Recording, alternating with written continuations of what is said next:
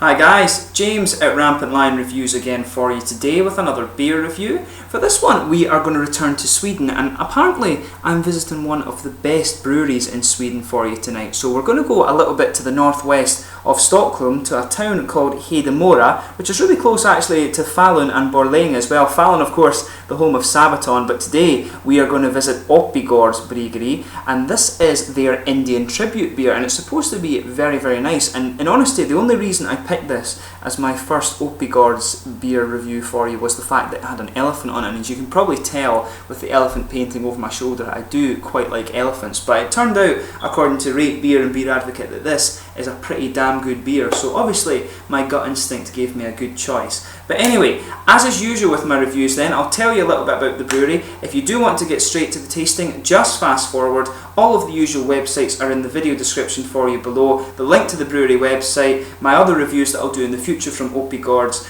and there is also a link there to my Facebook profile and my Untappd profile as well. So feel free to connect with me in whatever way you like. But anyway, as I told you, the Oppigårds Bryggeri is based in Hedemora, which is to the northwest of Stockholm near Borlänge and also Falun, home of Sabaton, and it was founded in the early 2000s. But the brewery actually sits on a 250-year-old farm which is owned by the Felkstrom family, and the brewery is actually a small wooden building which was apparently constructed in 1896, but this space was originally used for flax dressing, and it was also the family's great-grandfather's metal smithing room as well. But all of the beers are brewed in this old building, and they also added a new malt house to it as well as the beer has become more popular. But the brewery was founded in the early 2000s by Bjorn Felkstrom, and this was actually to revive the family farm and also to revive the old traditional Swedish farmhouse ales as well. And these beers were the norm in Sweden until a wave of kind of new and modern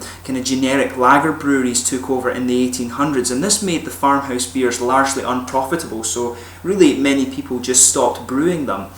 But the brewery has become very popular, and it actually allowed the Felkstrom family to continue to make their living on the farm as they have done since the 1700s. But in their first year they were producing only 8,000 litres of beer, and much of this was sold locally, but now they've produced over 1 million litres, and they are apparently one of the best breweries in Sweden. But this is the very first time I'm encountering one of their beers, and apparently it is very, very good. It was rated at 95, I believe, on Rate Beer, and it has a very good rating as well on beeradvocate.com, so very much looking forward to tasting this one for you. But since they're kind of humble beginnings, they do have quite a big range of different beers now. So just to list some of these for you, these are the ones I got from the website, so as I say, just check that out and you'll get an idea of what they do. But there's the Amarillo, which is meant to be a really, really good one. There's the American Dark Ale, the Lager, the Dark Lager Beer, Easter Ale, Everyday IPA, Golden Ale, Indian Tribute, which is this guy here, Lavish IPA, Session Pale Ale, Single Hop Ale, Summer Session Ale, Turbo Double IPA, Turbo Stout, and also Winter Ale. So there's a good selection for you to try from Oppigårds Bryggeri, so definitely go and check them out if you're wanting to try some Swedish beer. And as I say, I chose this one simply because it had an elephant on it. But they've actually also, an interesting beer they've recently produced is the Bridge IPA, and if you know Sweden and Denmark at all, you'll know there's the famous tunnel and bridge that takes you between Sweden and Denmark. So they've done this as a collaboration with Oppigårds Brewery, who are from Denmark, so quite cool actually that they've done that. I'll need to see if I can try that beer for you. But this guy is a 6.6% IPA. It's got a malt base of pale ale malt and caramel, and it uses Centennial and Cascade hops, and it's dry hopped with Cascade. So as you can see, it has a nice elephant on it there. That one I believe is an Indian elephant, which would make sense because it's an Indian tribute. So yeah, but apparently it's not an English IPA. I was expecting that when I tried this beer, that it was going to be an English IPA because that's where the IPA came from, and of course it's called Indian Tribute. But apparently it is an American IPA, and with the Cascade and Centennial hop, it should be very, very nice. And oh, it tells you on the side actually the brewery was founded in 2003, as I said, early 2000s, but I couldn't find a date for it before. Star bottle cap on this one, which is the same as on the label, but very nicely presented, and it tells you on the bottom there it's best before January of 2016, and it's batch B apparently, so should be a really nice beer for us to try. So without further ado, let's open this guy up and get on with the review here. As you can see, nice smoky opening there when we get it out.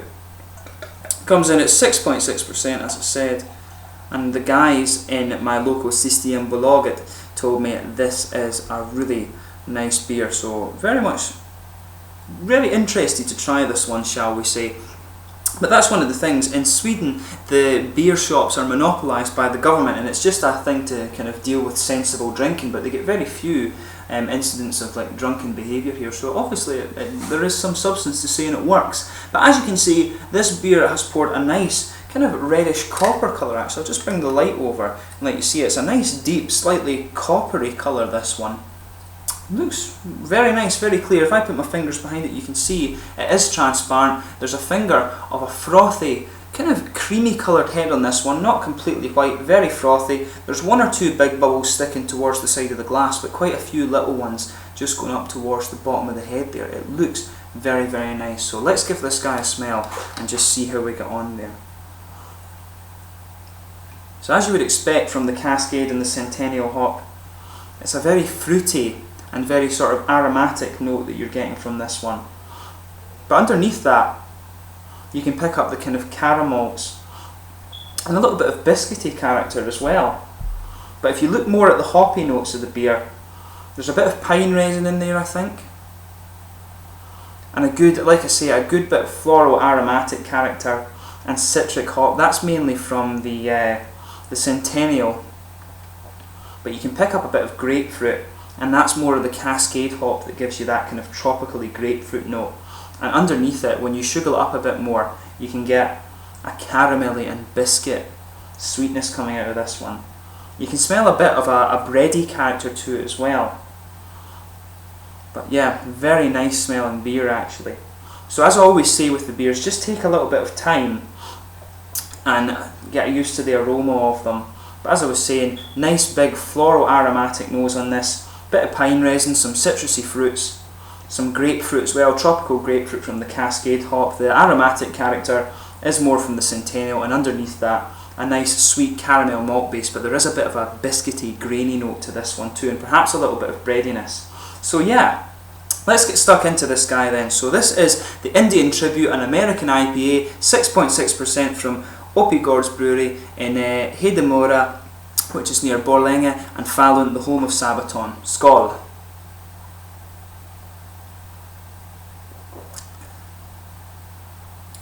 Yeah. Now just let your mouth adjust to it a little bit before you try it for yourself, but I can tell you on first sip that this is a really quite nice IPA.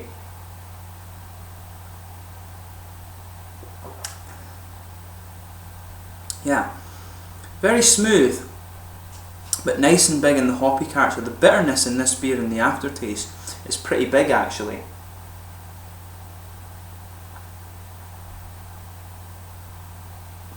So just sugar it around your mouth and let your whole palate adjust. There's a really nice, quite prominent floral and aromatic character to this one.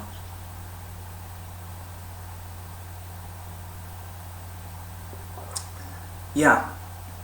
So as you would expect with an IPA, and particularly an American style IPA, it's very big on the hoppy flavours. You've got a big citrusy presence in this one, but that's kind of backed up a bit by a good amount of tropical fruit. There's a big grapefruit flavour in this beer, and you'll feel that just behind the very front curve of your tongue. There's a little oily bubble in there. You get some nice, slightly orangey citrus flavours in there, but then it's kind of punched out by a sort of by a big grapefruity note. There's perhaps a little bit of kind of peaches in there too, but the main fruity component of this beer is the grapefruit, and that's exactly what you would expect from the Cascade hop.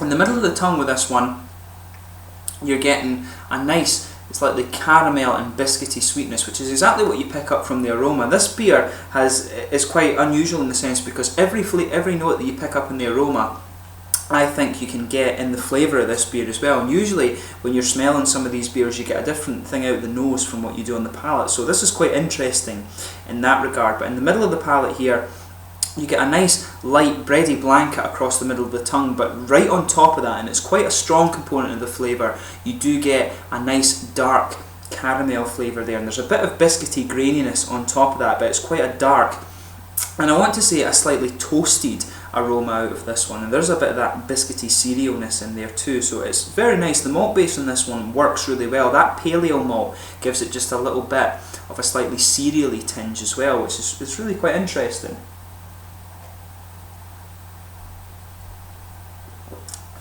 Yeah, caramel malt in this one really is quite nice. It's unusual in that sense because of how well the slightly dark and toasted cereal element goes in with it, but it's a nice dark, slightly boozy caramel in there.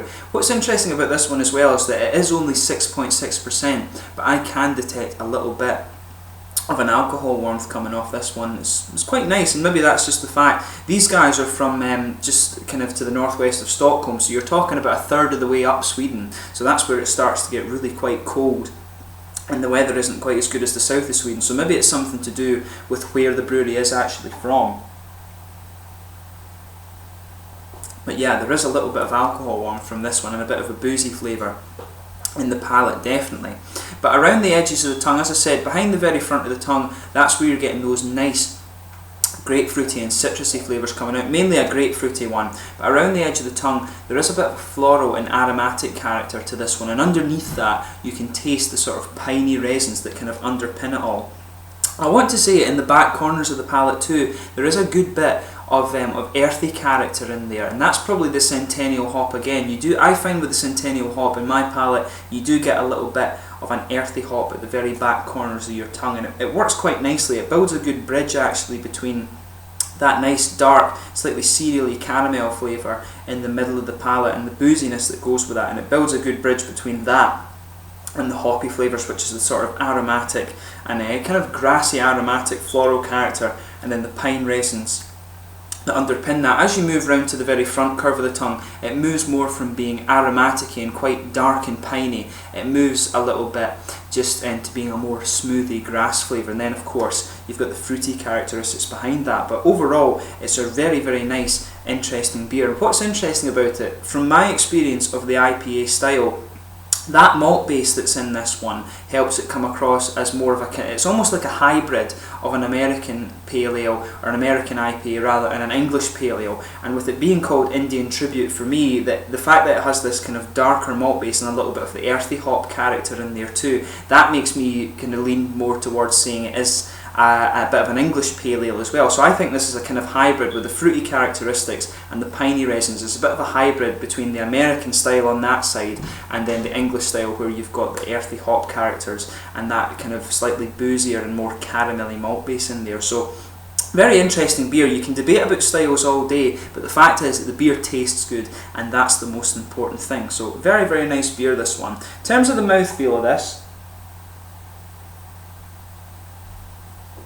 I would say definitely mid-body. The carbonation is quite light and quite smooth on this one. I would say it has a big oily mouthfeel, and that helps the caramel, that helps the malt base in this one and some of the booziness, but it also does help bring out a bit of the fruity character as well. Around the edges of the palate, it does have a good bit of dry and bitter character, but at the same time, the edge of your tongue doesn't feel as dry in comparison to some other IPAs I've come across. So it's got a nice balance, and it's quite a nice and quite sessionable one, this. And as I say, for 6.6%, it does have a good bit of alcohol warmth with it, and that works, of course. When you're a bit further north in Sweden, you do want something that will warm you up a wee bit, so I can understand why perhaps it's like that. But very, very nice IPA, and I can see why it has the ratings of 94 and 95 on Rate Beer and Beer Advocate and things. Very, very nicely done, and I would definitely drink this beer again. So if you haven't tried this one, the Indian Tribute from Oppigårds Bryggeri up in Hedemora near Borlänge and Falun, quite close to Stockholm, I think 2 hours or so away from Stockholm if you drive it, definitely give them a shot. I'm not sure how easy it is to find this beer outside of Sweden, but if you do see it, I would recommend that you try it. But anyway, I hope you've enjoyed this beer review. It's been really cool to review another Swedish beer for you. It's interesting to go to these new countries and discover new beers. So I hope you've enjoyed this beer review. As always, let me know in the comment section below your own thoughts on this beer below. I always like hearing them, and please, until my next review, like, subscribe, share, all the usual YouTube stuff. Feel free to connect with me on Untappd and on Facebook, however you like. But until my next beer review, slàinte for now, and I hope you're enjoying these kind of Swedish and Danish reviews that I'm doing for you. Skål!